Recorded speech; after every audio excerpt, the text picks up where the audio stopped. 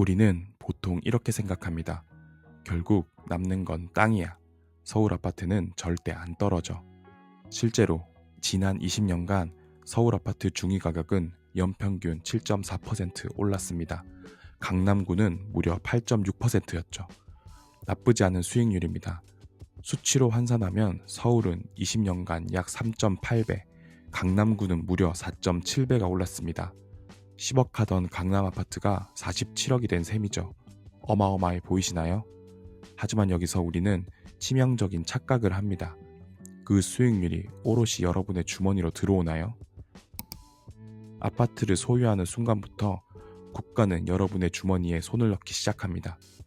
보유세, 취득세, 양도세, 특히 공시지가 12억이 넘어가는 순간 종부세라는 무거운 짐이 여러분의 발목을 잡습니다.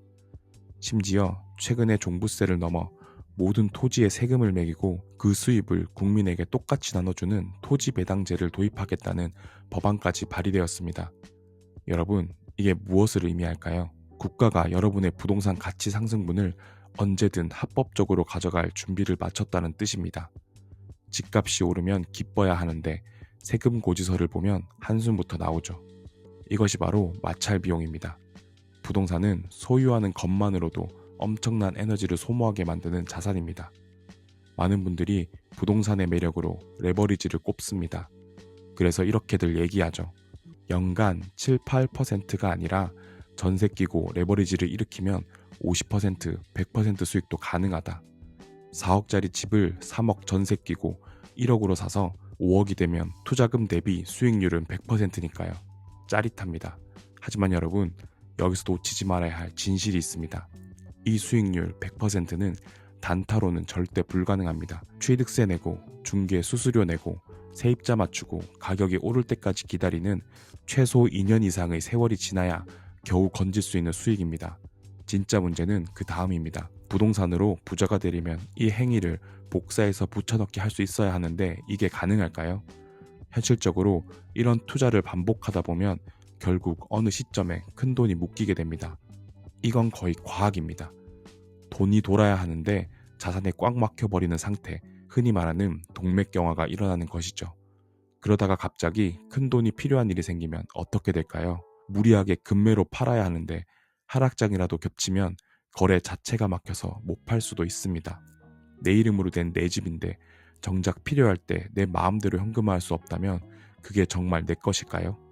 결국 내 것이 아닌 순간이 반드시 옵니다. 최근 서울 집값이 1년 새 20% 이상 올랐다고 환호하는 분들이 많습니다. 하지만 그 타이밍을 정확히 맞추는 건 투자가 아니라 도박입니다. 그리고 한 가지 더, 서울 아파트의 평균 수익률이 높아 보이는 건 낡은 아파트의 가치가 올라서만이 아닙니다. 그 지역에 계속해서 더 비싸고 더 좋은 신축들이 들어오면서 평균값을 끌어올린 영향이 큽니다. 즉, 내가 가진 아파트는 시간이 갈수록 낡게 되어 감가상각 혹은 재개발 추진 실패 등으로 평균값과는 다른 상승률을 보일 수도 있습니다. 결국 수익률을 유지하려면 더 좋은 곳, 더 상급지로 계속해서 갈아타기를 해야 합니다. 갈아탈 때마다 뭐가 발생하죠? 취득세, 중개수수료, 또다시 마찰 비용입니다. 여기에 들어가는 시간과 정신적 스트레스는 계산조차 불가능합니다. 자산을 지키기 위해 우리는 너무 많은 에너지를 낭비하고 있습니다. 이제 시선을 돌려봅시다. 저는 비트코인이 향후 20년간 연평균 20%의 성장을 기록할 것이라고 확신합니다. 제가 비트코인을 장기 프로젝트라고 강조하는 이유가 여기에 있습니다. 아마 이렇게 반문하시는 분들도 계실 겁니다. 연 20%? 이제 비트코인 덩치가 너무 커져서 그렇게 꾸준히 오르는 게 가능해? 복리로 계속 우상향하는 건 무리 아니야? 비트코인은 지금도 너무 비싸. 이런 의구심이 든다면 제가 이전에 올린 영상들을 다시 한번 보고 오시기 바랍니다. 비트코인의 희소성과 네트워크 효과는 이제 막 임계점을 넘어섰습니다. 덩치가 커진다는 건 그만큼 안정적인 자산군으로 편입되었다는 증거입니다. 그리고 중요한 건 제가 말하는 연 20%는 매년 예금처럼 꼬박꼬박 오르는 게 아니라는 점입니다. 이건 평균입니다. 그 과정에서 마이너스 30%, 마이너스 50%의 끔찍한 폭락도 있고 플러스 150%, 플러스 200%의 미친 듯한 폭등도 가능합니다. 이 변동성을 견뎌내고 5년, 10년, 20년을 보유했을 때 비로소 연평균 20%라는 열매를 가지는 것입니다. 그래서 장기 투자가 중요한 것이고, 그래서 아무나 할 수 없는 것입니다. 그리고 비트코인은 보유세, 종부세도 없습니다. 마찰 없이 오직 가치 상승만을 온전히 누릴 수 있는 유일한 자산입니다. 비트코인을 지키는 것은 생각보다 어렵습니다. 주변에서 AI 주식이 2배 올랐다더라, 강남 아파트가 또 신고가를 찍었다더라 하는 소리가 들리면 마음이 흔들립니다. 그런 소리에 기웃거릴 거면 시작도 하지 마십시오. 장기 투자는 내 자산을 얼마나 잃지 않고 오래 버티느냐의 싸움입니다. 그래서 저는 자산의 크기를 키우는 G8비사 Buy Once, Wait Long 이름하여 보울 전략을 제안합니다. 대한민국 국민이 가진 자산 중 가장 큰 부동산을 비트코인으로 환전해서 지켜나가는 것이 베스트입니다. 이를 위해서는 반드시 병행해야 하는 두 가지가 있습니다. 첫째, 본업에 충실하십시오. 비트코인을 팔지 않고 버티려면 현금 흐름이 끊기지 않아야 합니다. 소득이 부족하다면 부업을 해서라도 비트코인을 지켜낼 방어력을 키워야 합니다. 비트코인은 복권이 아니라 미래의 보험입니다. 둘째, 공부를 멈추지 마십시오. 오를 때의 포모, 떨어질 때의 공포를 이겨낼 수 있는 건 오직 지식뿐입니다. 투자는 결국 믿음의 크기의 싸움입니다. 여러분, 우리가 투자를 어렵다고 생각하는 근본적인 이유 4가지를 먼저 짚어봅시다. 아마 여러분도 깊이 공감하실 겁니다. 첫째, 무엇이 오를지 모른다는 불안감입니다.